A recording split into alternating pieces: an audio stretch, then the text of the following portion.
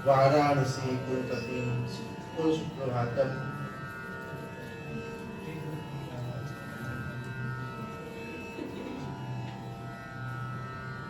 सुप्रभातम शब्द याद सुनाई देते ही याद आ जाती है भारत रत्न एमएस सुब्बलक्ष्मी। भले ही आज की पीढ़ी उतना नहीं जानती है, लेकिन उस जमाने में हम लोग के बचपन में सुबह मंदिरों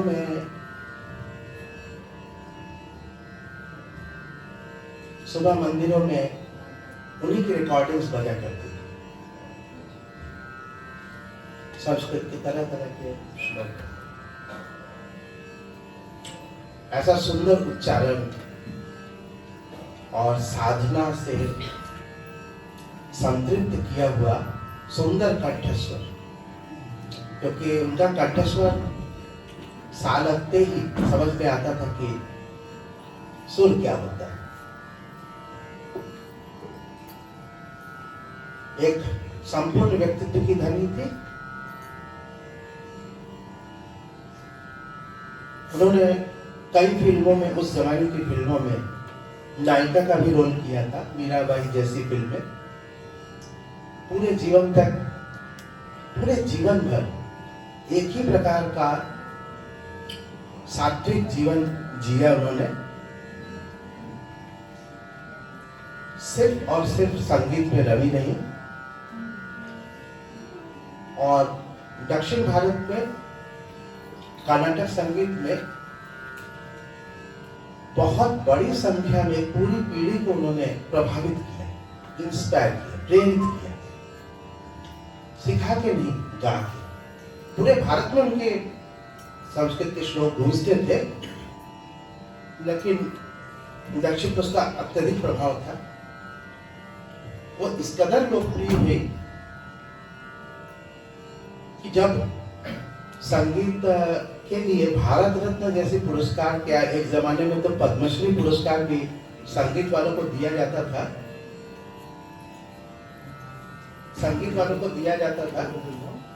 तो लोग यही बोलते थे कि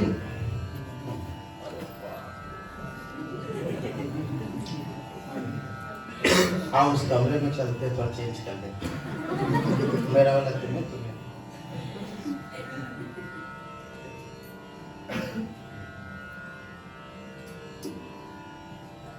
वह इस कदर लोकप्रिय हुई और इस कदर उनकी छाप समाज में थी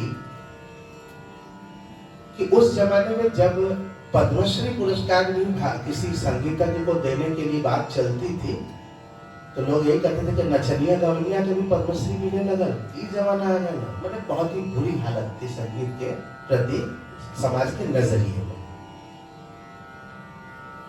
हमारे दादा गुरुजी, हमारे गुरुजी पंडित मुकुट कृष्ण कालविन जी, और उनके जो गुरुजी थे पंडित श्री कृष्ण नारायण रातनजनकर जी, उनकी बहुत सारी सेवाओं के लिए उस जमाने में उनको पद्म भूषण मिला था। ओंकार ठाकुर जी को पद्मश्री मिला था, क्यों? पद्मश्री ही था शायद ओंकार ठाकुर जी को, सबसे पहला पद्मश्री पंडित ओंकार ठाकुर जी को मिला। अगर मैं गलत नहीं हूँ, क्योंकि ये मैं तो जेआरएफ की तैयारी नहीं कर रहा हूँ, आपको करना चाहिए। तो ये सब कहने का मतलब ये है कि थोड़ा सा इन सब चीजों के बारे में भी आप वाकिफ हो। उस जमाने में होते होते आगे जाकर के जब भारत रत्न भी संगीतज्ञों को देने जैसा जमाना आया, तो सबसे पहला भारत रत्न पुरस्कार एमएस सुब्बलक्ष्मी जी को दिया, और उनका प्रभाव देखिए आज जब वो नहीं है, जमाने में नहीं है, उससे नहीं है, उनके द्वारा प्रभावित एक बहुत बड़ा समुदाय दक्षिण भारतीय संगीत प्रेमियों का, संगीतज्ञों का, उन्होंने एक पुरस्कार स्थापित किया हुआ है मुंबई में, और उन्होंने उस पुरस्कार में एक फेलोशिप रखा है बच्चों के लिए, 1 लाख रुपया सालाना, वो भी 1 साल के लिए नहीं, 3 साल के लिए लगातार।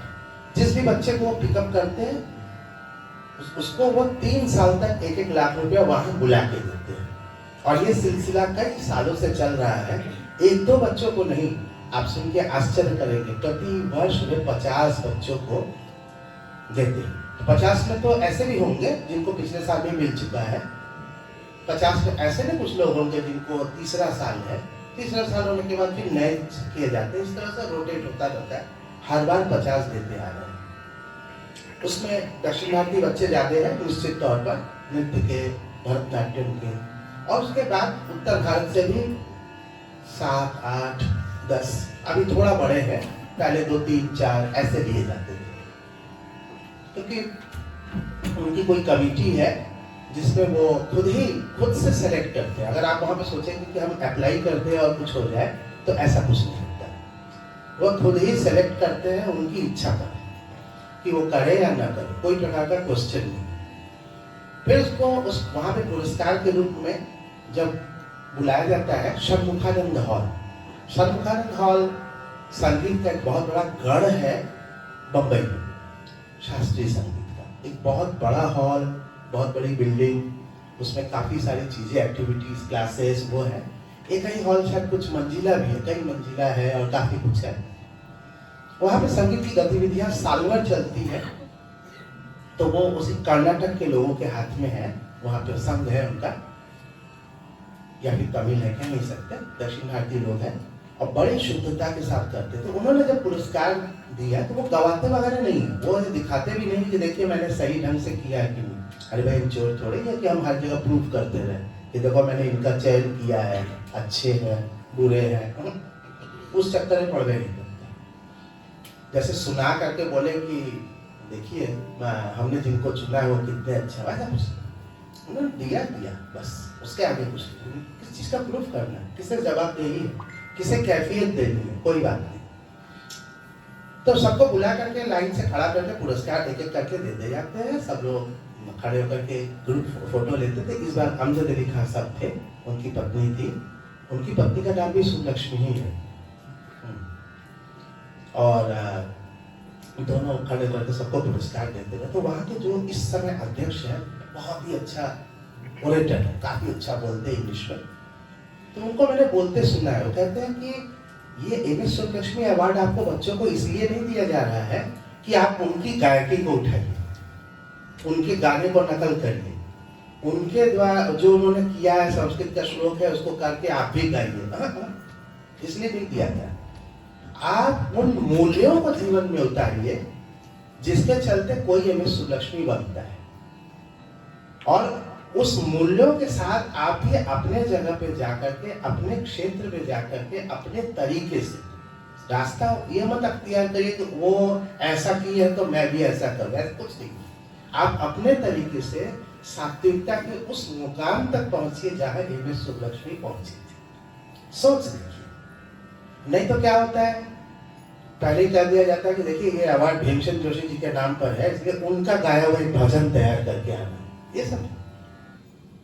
स्वामी विवेकानंद जी भी कहा करते थे कि हमारा अनुसरण करो, अनुकरण नहीं।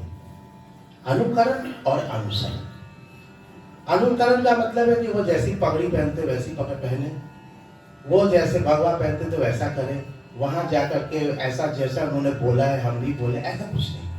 अनुसरण, तो ये अनुसरण करना ये अलग चीज है। तो इसी प्रकार हम लोग भी चाहते हैं कि शिल्पायन में आप वो मत करिए जो हम लोग करते आते हैं, लेकिन अगर हम लोग किसी मूल्यों के साथ, किसी उद्देश्य के साथ, किसी एक मकसद, मुकाम, लक्ष्य, इन सब के साथ आगे बढ़ने की कोशिश कर रहे हैं, अगर हमारे काम में कुछ अच्छाई आपको दिखाई देती है, 1%, 2% जो भी दिखाई देती है, उसको अपना करके आप अपने जगह पर बैठ करके क्या कर सकते हैं ये देखिए। और हमारी बहुत खुशी है कि हमारे बहुत सारे विद्यार्थी इन चीजों को धीरे धीरे अपना रहे हैं। वो अपने जगह पर संगीत का प्रचार प्रसार करते हैं, शास्त्रीय संगीत की सेवा करना चाहते हैं, शास्त्रीय संगीत की साधना करते हैं, राग के बारे में सोचते हैं, राग संगीत से अपने आप को जुड़ाव महसूस करते हुए भारत के साथ जुड़ाव महसूस करते हैं। तो ये हम अपने देश के जो इतनी महान संस्कृति है उसके बारे में डंका पीटने से नहीं होगा। उसको भी कुछ हम भी उसमें ऐसा करें कि हमारा देश जो है सबके निगाह में महान अपने आप हो जाए। हम महान है कहना नहीं है, लोगों को कहना चाहिए कि ये महान है, ये महान है। तो ये जो संदेश उन्होंने दिया था हम आप तक पहुंचाना चाहते थे किसी न किसी माध्यम से। और आज से अच्छा क्या माहौल होगा तो आप लोग सभी विद्यार्थी बैठे हो, क्योंकि जिस दिन कार्यक्रम होता है उस दिन कुछ और बातें हो जाती है। आज सभी विद्यार्थी बैठे, तो ये केवल ये मत करना कि हमको सीखना है, प्रयास संगीत समिति का 6th ईयर पास करना है, ये एक मुकाम है, जरूर करिए, लेकिन यही आपका अंतिम मुकाम नहीं। साथ साथ जो है आपने ये संगीत गाया, वो गाया, ये नहीं किया, गाया वो किया, चॉइस, ये चॉइस आप कर लीजिए, कोई दिक्कत नहीं है, लेकिन उसमें जो मकसद है वो भूलिए मत। और तीसरी बात, बाकी जो है अपने जीवन में भी इसको हमेशा ध्यान रखिए कि जो काम हमारे गुरुजी के गुरुजी या उनके पीछे की परंपरा ने जिन चीजों को सहेजा है, प्रचार किया है, प्रसार किया है, हमें भी वैसा ही कुछ करना है और करते जा रहे लोग। जेआरएफ एक मुकाम है, मास्टर्स, पीएचडी, डॉक्टर बनना ये भी एक मुकाम है, लेकिन यह अंतिम मुकाम है। अंतिम मुकाम कहीं और है, खोजिए। सबके जीवन की अलग अलग है। ये नहीं कहना चाहिए कि वो ऐसा किए तो हम भी ऐसा करें। हो सकता है आप जेआरएफ नहीं निकालते, कोई बात नहीं, आपको नहीं करना मत करें, कुछ और भी तो कर सकते हैं। तो जो भी जो करे उसको शुद्धता के साथ करे।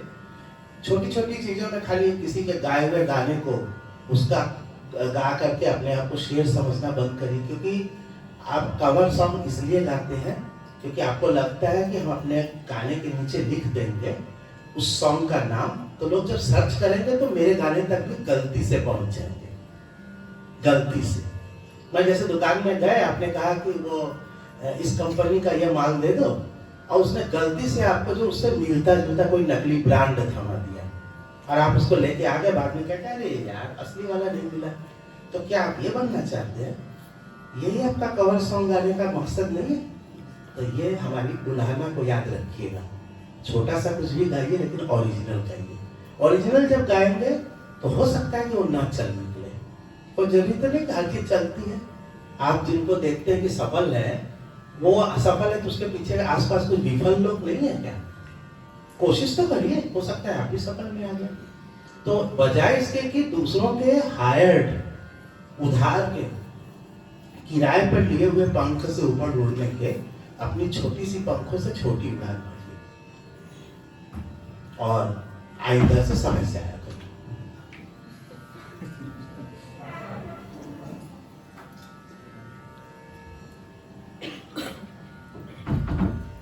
दोनों लंबे लोग पता नहीं क्या कर रहे हैं। खाना बना लेते?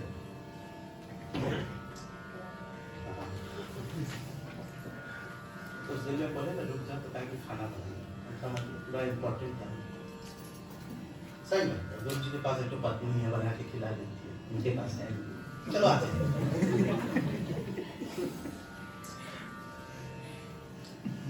तो इन्हीं जैसे अब चूंकि बात आज दक्षिण भारत, इसलिए मैंने थोड़ी सी छेड़ दी, क्योंकि एक तो जयंतिका को मिला हुआ है, सबको पता है। हम उम्मीद करते हैं कि कभी और भी लोग उन लोग की निगाह में आएंगे, और वही क्यों कुछ और भी अवार्ड हो सकते हैं। कहीं ना कहीं कोई निगाह में आता रहे, आप अपने निगाह में आने की कोशिश बढ़ता रहे। जितना ज्यादा अपने आप को प्रसारित करेंगे उतना निगाह में आने की संभावना भी बढ़ जाएगी। दूसरी बात यह है कि आज हम लोगों ने सोचा हुआ है कि चूंकि ये जो कार्यशाला है, तो अभी किसी ने पूछा कि इसका नाम क्या रखा है, वो नाम क्या रखेंगे, पता नहीं क्या सिखा रहे हैं, कभी कुछ सिखा रहे हैं, कभी कुछ सिखा रहे हैं, कोई थीमेटिक नहीं।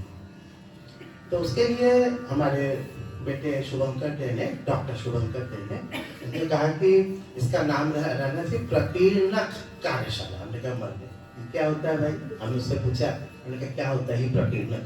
तो बताया कि शारंगदेव के संगीत रत्नाकर में जैसे उन्होंने कुछ स्वर पर बात कर ली, लय पर बात कर ली, राग पर कर लिया, ये कर लिया, वो कर लिया, सब कुछ कर लिया, एक ऐसा रह गया जिसमें उन्होंने सारे मिसलेनियस, विविध सारी चीजों को डाल दिया, तो उसको बोलते हैं। अच्छा ठीक है। आज प्रकीर्णक कार्यशाला के तीसरे दिन हम लोग सोचते हैं कि एक आध दूसरी भाषाओं के, हिंदी से इतर भाषाओं के एक दो चीजें हो जाए आज। दो वजह है। एक वजह तो है कि हम लोगों को दूसरी भाषाओं के बारे में भी थोड़ी सी जानकारी होनी चाहिए। मुझे बहुत नहीं, मुझे एक दो गाने ही इधर उधर के आते हैं, लेकिन आपको अगर 10-20 आते हैं तो बुराई क्या है। लता मंगेशकर ने कितनी भाषाओं में गाया? शायद 15, बहुत ज्यादा। हाँ, 53 इशिता बोल रही है 53। इसे कहना है तो 53 भाषाओं में गाया है, हो सकता है। लाख के आसपास गाने गाने में पता नहीं उन्होंने किन किन भाषाओं का सहारा लिया है। वैसे हमारे संगीत में भी गौहर जान थी जिन्होंने भारत में सबसे पहली रिकॉर्डिंग की। आप सुन के आश्चर्य करेंगे, आप कहेंगे कि तवायफ है, नाचने वाली है वो है। और 1904 में सबसे पहले रिकॉर्डेड जो है वो उसी तवायफ का था, जिसको हम लोग बड़े सम्मान के साथ कहते हैं गौहर जान। गौहर जान हम लोग सम्मान के साथ कहते हैं, समाज में उनको बहुत ज्यादा नीचे उसका वो है। तो ठीक है, जो जैसा समझे उससे कोई मतलब नहीं है। आज गौहर जान के का नाम इतिहास में लिया जाता है पहले रिकॉर्डेड संगीत, जिसमें उस जमाने में वो डिस्क बनता था बड़ी मेहनत से, और कैसे कैसे कभी बताएंगे जो हमने पढ़ा है। वो 1902 में रिकॉर्ड हुई थी, 1904 में पहली बार आया था। तो वो गौहर जान का गाया हुआ था। उन्होंने 600-650 गाने गाए। तो गाने इसलिए गाए, गाती तो क्लासिकल थी, लेकिन रिकॉर्ड मुश्किल से 2.5-3 मिनट का होता था। 2.5-3 मिनट से ज्यादा नहीं गाए। अब 2.5-3 मिनट में कोई विलंबी तो गाएगा नहीं जल्दी। तो वो उसी तरह के छोटे गाने गाते थे। उन्होंने भी 20 भाषाओं में अलग अलग गाया। उस जमाने में उनसे लोग कुछ अलग अलग भाषाओं में गवा लेते थे। आज भी इसका चलन होना चाहिए, है भी। तो एक शुरू करते हैं। 4 नंबर पे लिखा हुआ है, अखिल ब्रह्मांड मां एक तुम श्री हरि जुजुबे रूपे अनंत भासे। सबसे अंतिम वाली लाइन जो कि तीसरे कॉलम में ऊपर लिखा हुआ है, उसको देखना। इसमें लिखा हुआ है वृक्ष मां बीज तू, बीज मां वृक्ष तू। ये बहुत बड़ी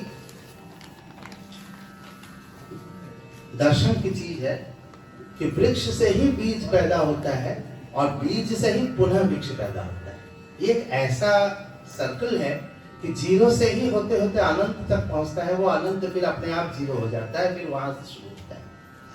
इसलिए वो जीरो और अनंत के बीच का जो खेल है, उसको उन्होंने छोटे से उसमें व्यक्त किया है कि कोई बहुत बड़ा ट्री है, उसी से जो बीज निकलता है छोटा सा, उसी में वो बीज फिर से वृक्ष बनाने की योग्यता रखता है। और दूसरी ओर उसी बीज से फिर वृक्ष निकलता है, वृक्ष फिर बीज निकलता है। ये क्रम कब शुरू हुआ? लोग बोलते हैं कि मुर्गी पहले आया कि अंडा पहले आया। तो आज भी ये प्रश्न भी हो सकता है कि वृक्ष पहले आया कि बीज पहले आया। लेकिन चलता ये क्रम कहाँ से शुरू हुआ, कैसे हुआ, इसका भेद संभव नहीं। शून्य से ही फिर अनंत, और अनंत से पुनः शून्य। तो आगे उन्होंने जो लिखा है वो लिखा है भने नरसैया। तो नरसैया मतलब नरसिंह मेहता। नाम सुना? नरसिंह मेहता नाम सुना है किसी ने? उनके द्वारा गाया हुआ कोई गाना बता सकता है? वैष्णव जन तो तेने कहिए पीर पराई जाने। सबको ये तो आता ही है, सबको, अधिकतर लोगों को। जब जब कहा जाता है गांधी जयंती में कुछ गाओ तो गा ही देते हैं, लेकिन वो उससे बड़ी बात है। गांधी जी को पसंद है, ठीक है, अच्छी बात है, लेकिन और भी लोगों को पसंद है वैष्णव जन तो तेने कहिए पीर पराई जाने। ये लता मंगेशकर जी ने भी बहुत अच्छा गाया हुआ है, और भी लोगों ने भी गाया। अगर आपने नहीं सुना है तो नेट में सर्च करके जरूर से सुनिए।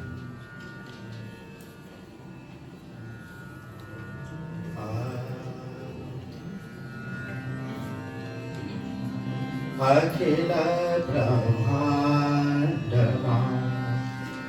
एक तो उनका परिचय था कि वे गुजराती थे, और गुजरात इस समय चुनाव है इसलिए हम सिखा रहे हैं, ऐसा कुछ नहीं, क्योंकि मुझे तो इलेक्शन में खड़ा नहीं होना है, मतलब किसी पार्टी का प्रचार करना है। लेकिन उनके द्वारा जो लिखे हुए शब्द हैं वो हमको भले ही पूरी तरह से गुजराती ना आते हुए भी हम लोग को प्रेरणा देती है कि वैष्णव जन से क्या मतलब है। अब थोड़ा सा और बोल लेते हैं, वो हमको इसलिए जरूरी लग रहा है कि ये गाना मुझे मिला कैसे। एक बार हमको शोभा मुद्गल जी, उन्होंने हमको दिल्ली बुलाया। एक जमाने में टेलीविजन में अच्छे सीरियल भी बनते थे,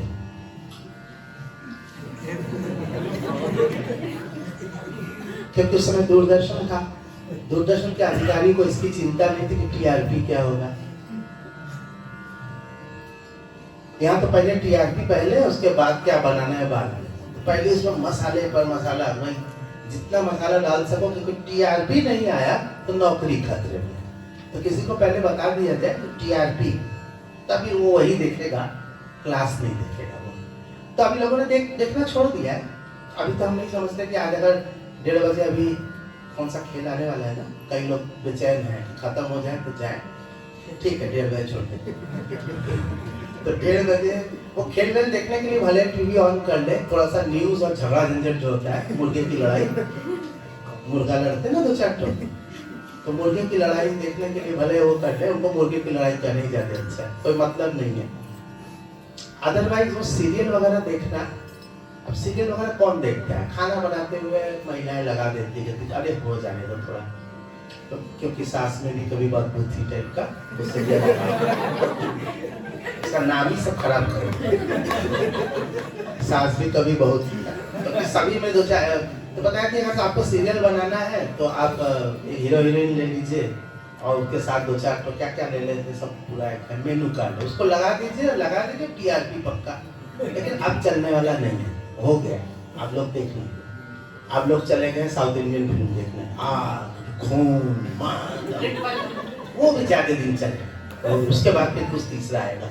लेकिन एक समय जो दूरदर्शन था, उसके कुछ अधिकारी लोग थे या प्रोड्यूसर्स थे, उनको चिंता थी कुछ अच्छा करना चाहिए, तो किसी ने एक DD3 करके अलग कर दिया। आज बाद में उसका नाम वो DD भारती वगैरह हो गया, उससे पहले DD3 कहलाता था और सब जगह नहीं आता था, 4 महानगर में आता था वो, क्योंकि उस समय प्रसारण व्यवस्था इतनी जबरदस्त नहीं थी, धीरे धीरे बढ़ा है।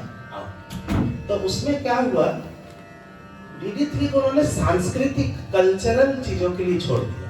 न्यूज DD1 में आता था, अच्छे सीरियल ना, रामायण महाभारत, उस जमाने बुनियाद, कुछ खोया कुछ पाया, ऐसे अलग अलग सीरियल सोप ऑपेरा चलता था, कई साल तक चले और लोगों ने देखा नहीं। तो उसमें एक सीरियल उनको बनाना था राग पर आधारित। अभी देखो राग पर भी बनता था, आज हो जाए तो टीआरपी मिल जाएगा। एक आध फिल्म बन रही है मुश्किल से, किसी तरह से थोड़ा सा चलाते हैं, लेकिन लोकप्रिय भी होता है, लेकिन बनाने को भी तैयार नहीं है, लोग देखने को भी तैयार नहीं। दोनों के पास एक दिक्कत है, ना श्रोता ही है ना बनाने वाले। तो वो जो बना रहे थे, तो उन्होंने कहा था कि एक एक राग को आप एक एक दिन के एपिसोड में डालिए, एक दिन हमीर, एक दिन केदार, एक दिन मालकोस, और उसके साथ केवल राग मत बताइए, राग के साथ कुछ मिक्स होते हैं, तो उसके साथ कुछ कहानियां जुड़ी होती हैं, उस कहानी को भी आप उसमें कवर करके आधे घंटे का एक ऐसा बनाइए जो कि इंटरेस्टिंग भी हो और ज्ञानवर्धक भी हो। होना यही चाहिए, श्रेय और प्रिय दो चीजें अलग होती है। प्रिय मतलब जो अच्छा लगता है, और श्रेय जो मेरे लिए अच्छा होता है, दोनों अलग अलग चीजें, लेकिन दोनों मिलती जुलती अगर हो जाए तो बहुत अच्छा है कि वो हमारे लिए श्रेय भी हो और प्रिय भी हो। प्रिय बोलते, प्रिय नहीं प्रेय, श्रेय और प्रेय। तो उस सीरियल में उन्होंने जब केदार वाला था, तो उसका डायरेक्शन शोभा मुद्गल जी को मिला हुआ था। शोभा मुद्गल जी को कुछ वो केदार का जब मिला तो कुछ गाने गवाने थे, तो उनको एक कथा कहीं मिली कि भक्त नरसिंह मेहता, जिनका यहाँ जिक्र हो रहा है, वो जो राग केदार गाते थे, तो राग केदार गाते थे, तो उनको कहीं से लगता था कि कृष्ण जी स्वयं उनके पास आ गए, और वो जो झूम करके गाते रहते थे, कृष्ण उनके सामने खड़े होकर के नृत्य करते थे उनके गाने से। ऐसी एक कथा उनको कहीं मिली थी, तो उसमें नरसिंह मेहता के द्वारा गाए हुए गानों को मुझसे गवाना था। तो एक राग आधारित था, एक थोड़ा भजन आधारित अलग ढंग से था। तो केदार में इस बंदिश को उन्होंने शोभा मुद्गल जी ने रोक दिया था, हमको बनारस से दिल्ली बुला करके गवाया था उसको। वो सीरियल को क्या हुआ हमको पता नहीं, क्योंकि 4 ही महानगर में चलता था।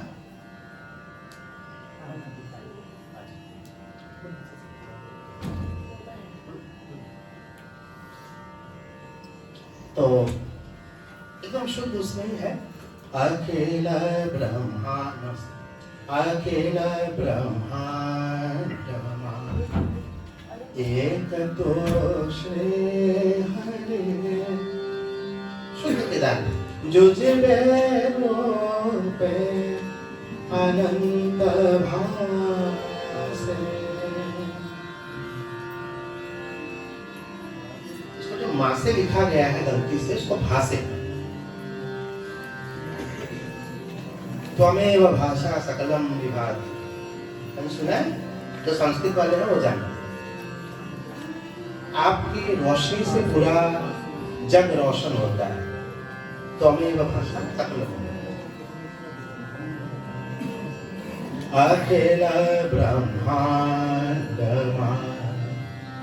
एक तो श्री हरि, जुझ रूपे अनंत भासे।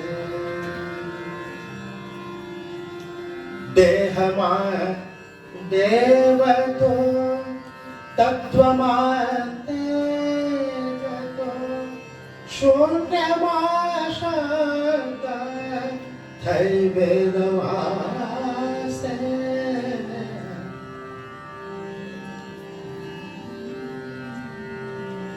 और जब ये गाना चल रहा था तो अंत में जाकर के अचानक से वहां पे बांसुरी की एंट्री होती, तो राजेंद्र प्रसन्ना जी बजाए थे उसमें, तो बांसुरी की एंट्री होती थी और वो यही गीत नृत्य के गीत में बदल जाता था। और उसको फिर पहले तो दिखाए थे कि नरसिंह मेहता गा रहे, धीरे धीरे जब वो नृत्य वाला आता था तो कृष्ण आकर के नृत्य करने लगते थे, ऐसे सीरियल बना था। मैं देख नहीं पाया था क्योंकि सिर्फ चारमानगर में दिखाया गया था वो, दिल्ली मुंबई मद्रास कलकत्ता, उस समय मद्रास था, अब चेन्नई है, बम्बई भी तब बम्बई था, मुंबई नहीं था, पहले की बात है। चल अकेला ब्रह्मांड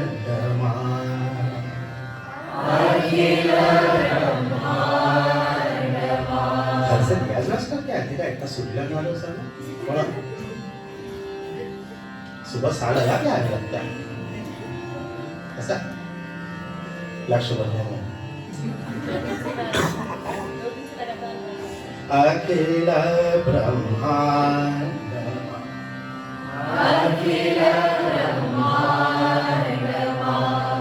एक तो श्री हरि,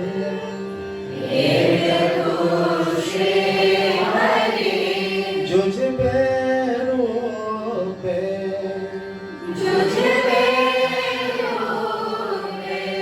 अनंत भासे।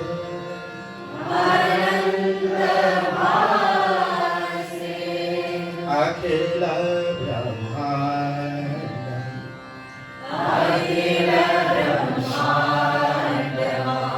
एक तो श्री हरि,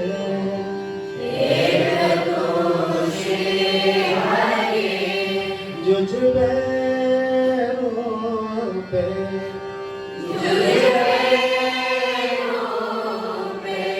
अनंत भासे।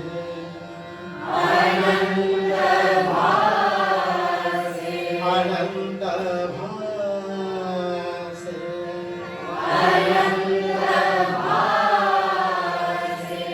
देहमाते वतो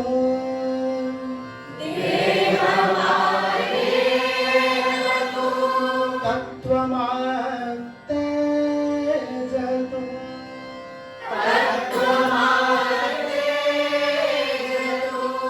शून्यमाशक्त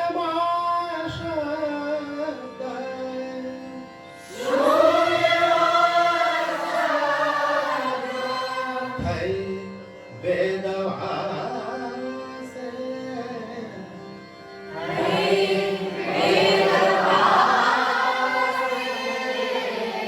दृष्टि भले ही वो कृष्ण की पूजा कर रहे, लेकिन इस ढंग से उन्होंने सोचा कि हर देह में देव के रूप में आ गए, देवत्व, और हर एक तत्व में तेज के रूप में, एनर्जी, साइंस की बात है।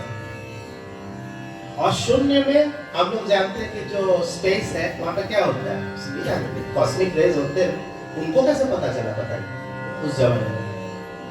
शून्य में शब्द तो नहीं, तो हर जगह है, उससे खाली तो है नहीं, कॉस्मिक रेज के बात हो रही है यहाँ पे, उन्होंने कर दी उस समय थाई वेदवास है, आप ही वेद में भी आप ही निवास है। पावन तो पाणे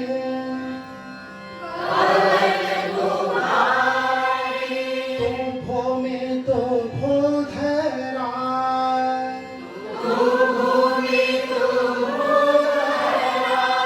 वृक्ष थल फूले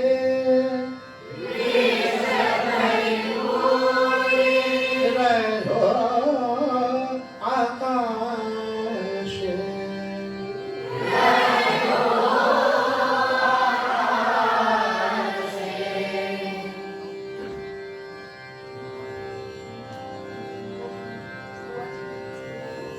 कुछ आना चाहते हैं तो तब किसी को बुला लेना, अकेले मत बुलाना। हाँ, मान लेंगे।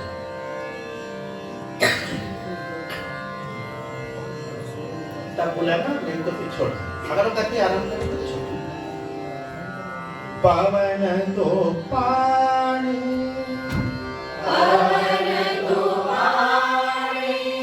तू भूमि तो भूधरा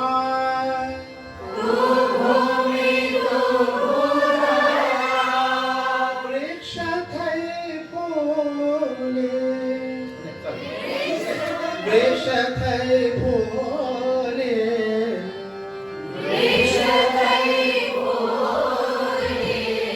रहो आकाश।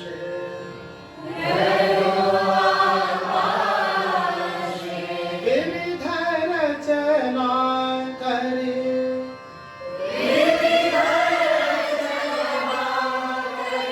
विविध रचना करे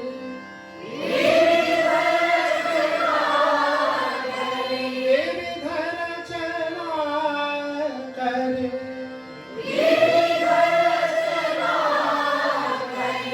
अनेक रस लेवाने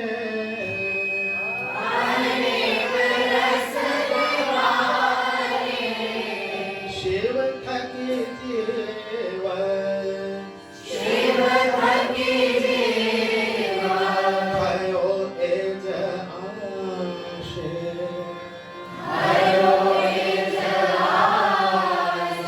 शिव थकी जीवन भयो एज आशे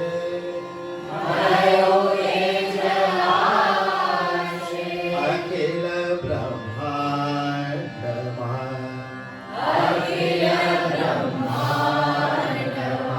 एक दोषे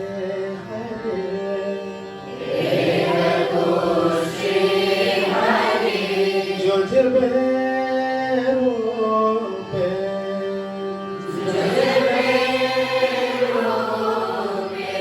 अनंत भासे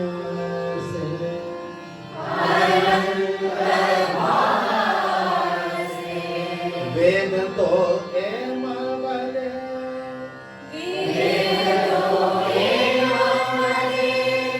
श्रुति स्मृति साख दे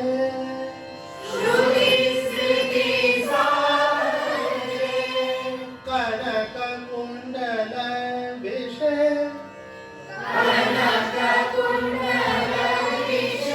भेद न होए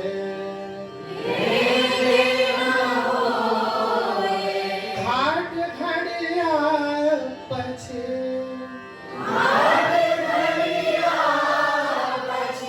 नाम रूप जुजवा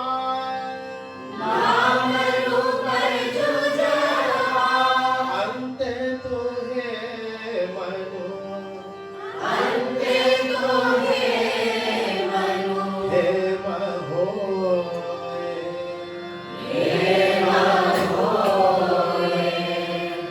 वृक्ष बीज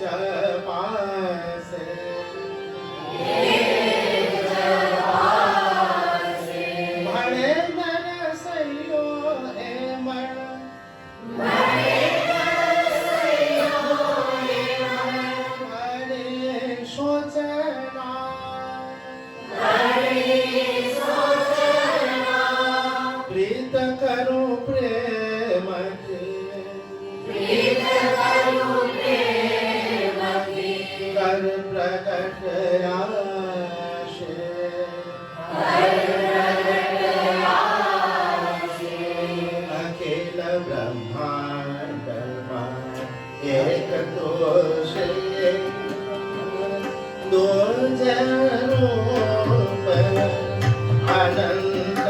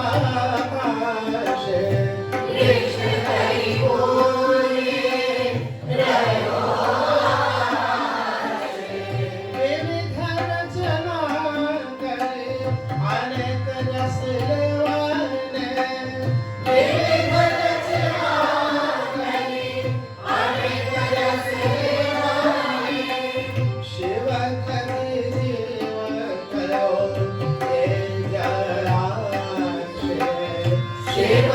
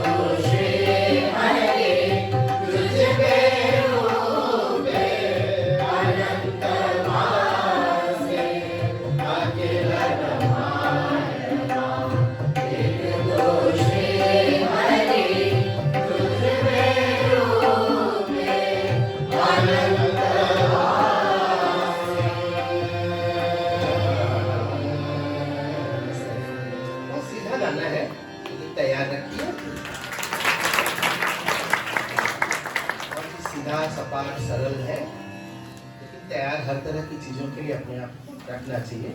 पंडित हरिप्रसाद चौरसिया कहते थे कि अपनी दुकान सजा के रखो, पता नहीं कहाँ के क्या मांगने लग जाए।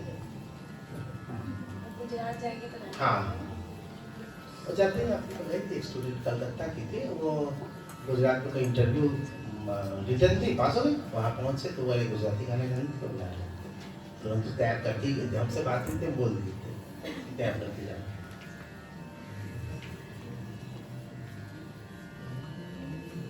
केंद्रीय विद्यालय वालों का अच्छा रहता है, हर तीसरे साल में उनका ट्रांसफर हो जाता है।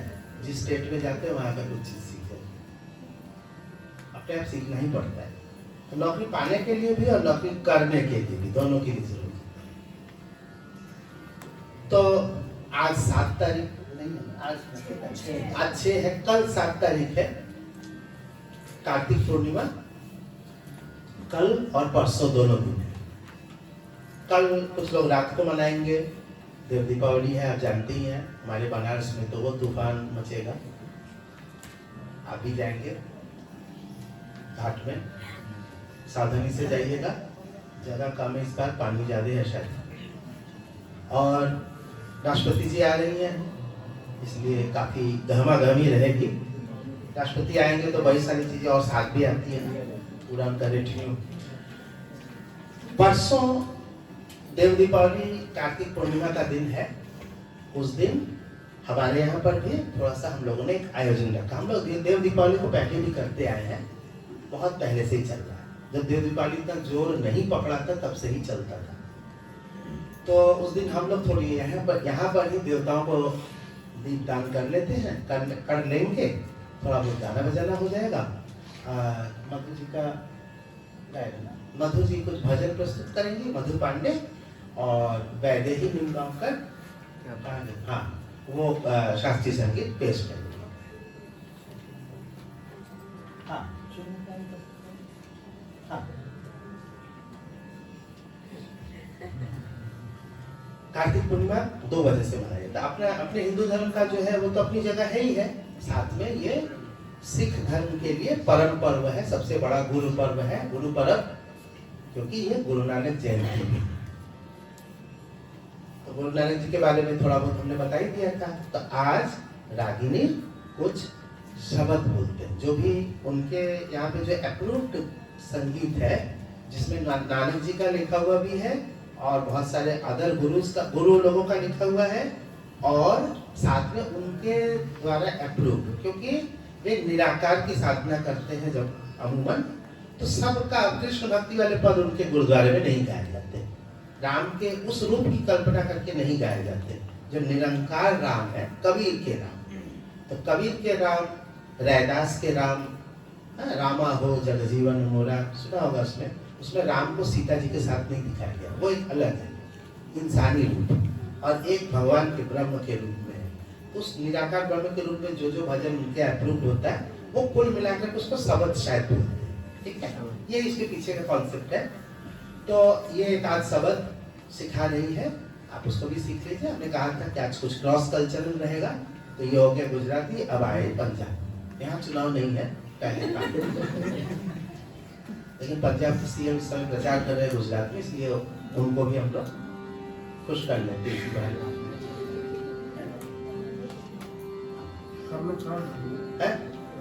हाँ सर है, अगर तो ढक लीजिए।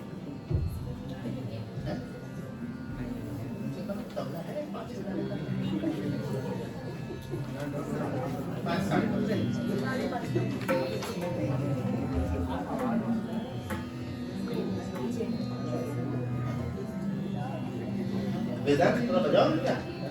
वेदांत थोड़ा बजाओ, 3 दिन से बजा ही रहा है सासू माँ, काल में भी तुम बैठे हुए।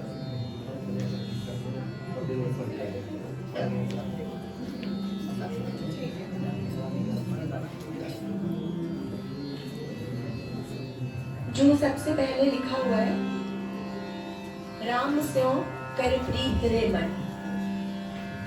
राम स्यों है, उसको सही कर लेना, करेक्शन 1-2 जगह हम बता देंगे। और गुरुद्वारे में जब हम लोग शब्द गाते हैं तो वहाँ पे ये है कि सिर ढक के हमेशा गाया जाता है, तो अगर ढक सको तो ढक। ये एक विशेष सम्मान है, अगर कर सको तो ठीक है, नहीं करते तो भी। जो नहीं करता है वो भी कोई बात नहीं, धर्म में बाध्यता नहीं है। ऐसे गुरुद्वारे में इसके बाहर में ना रुमाल रखा रहता है, क्योंकि सब लोग तो लेके आते नहीं, तो वो ढक के ही करते हैं। यहाँ पे नहीं है, कब से मना तो नहीं करते कि आधा धर्म वाले प्रवेश मत नहीं कर ले, लेकिन सम्मान के साथ करिए, उनका सम्मान दिखाने का एक तरीका।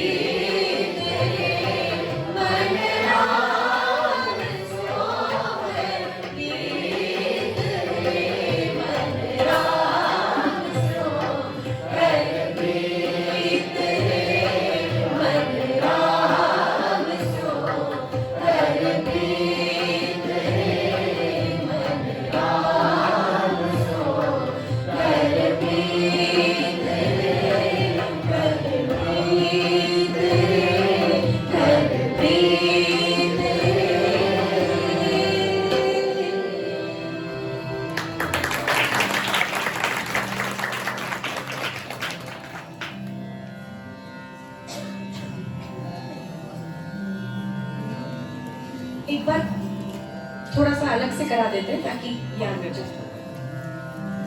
राम स्यो कर प्रीत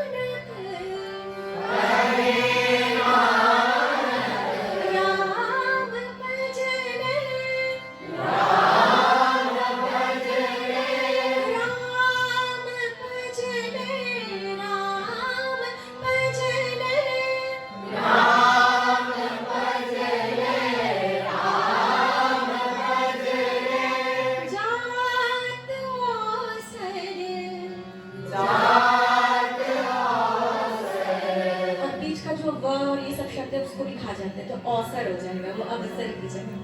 जात औसर बीत जात औसर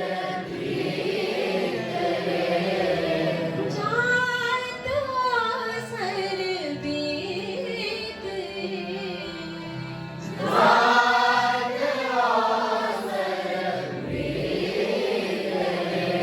ताल है रूपक। ती ती ता ती ता ती ती ता ती ता ती ता।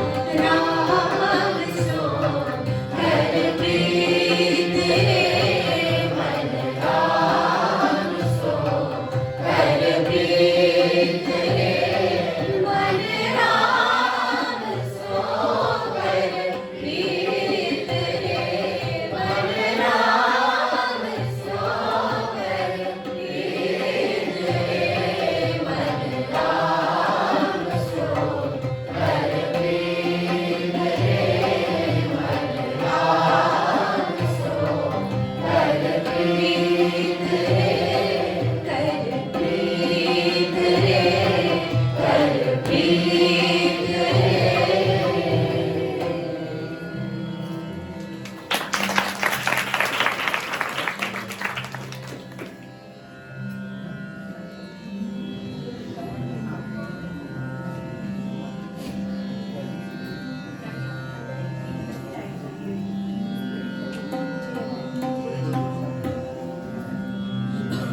कोई आया क्या रो?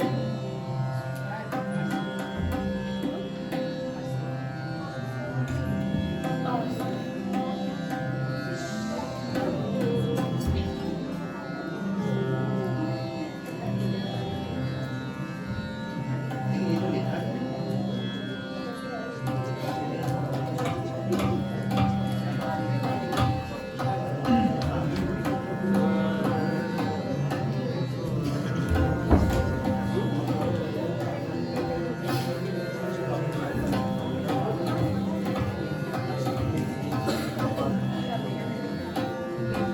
নৌকা গঙ্গা উজান ও মন ডাঙায় বেজায় লীলা দেখে লাগে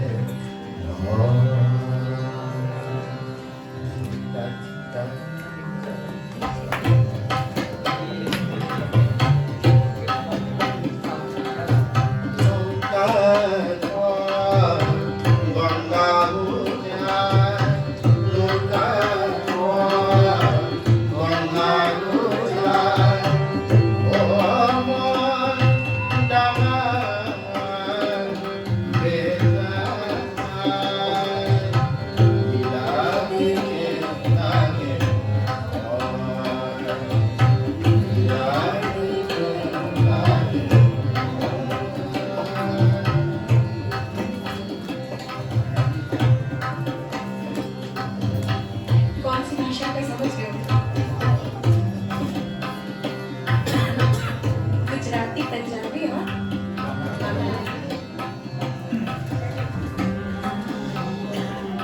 वर्ड्स का देखो।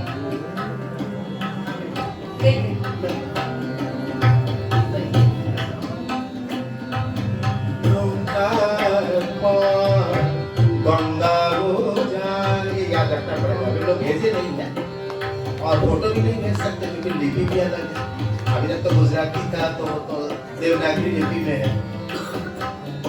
सर्च करें। नौका गंगा गूगल ट्रांसलेटर लगाना पड़ेगा। गंगा नौका गंगा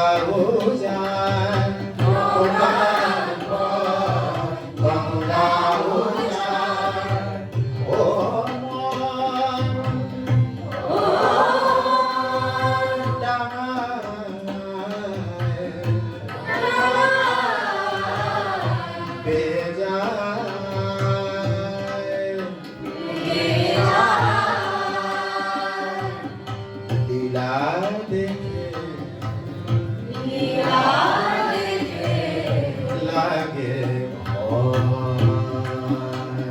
लागे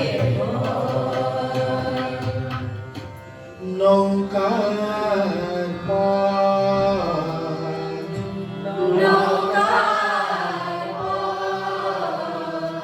बांग्ला बोलने के लिए पहले रसगोल्ला मुख में रखना पड़ता है। पहले रसगोल्ला रख के तब बोले। नौकार पथ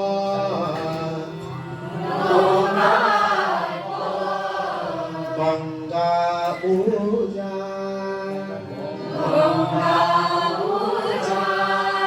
ओ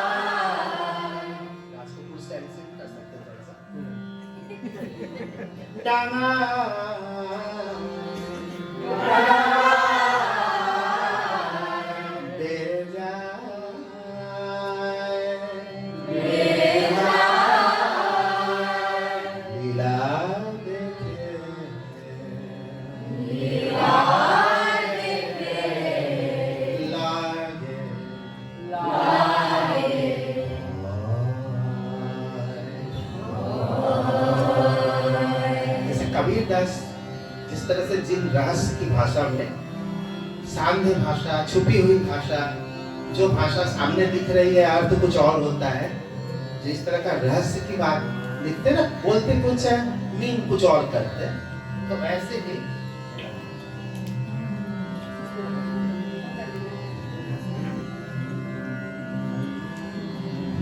वैसे ही रहस्य की भाषा में लालन फकीर भी ऐसे ही भाषा में लिखते थे, बहुत बड़ी बड़ी बात अपनी एक अलग शब्दों के जाल में समझा देते।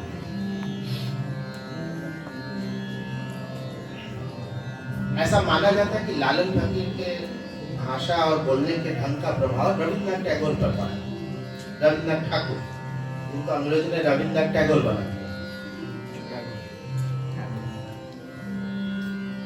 नौकार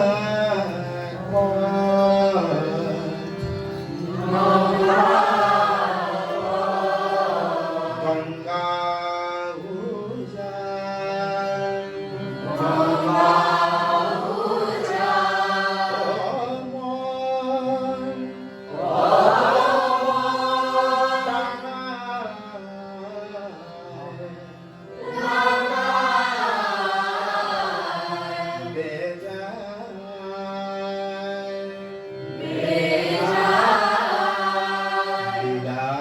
देखे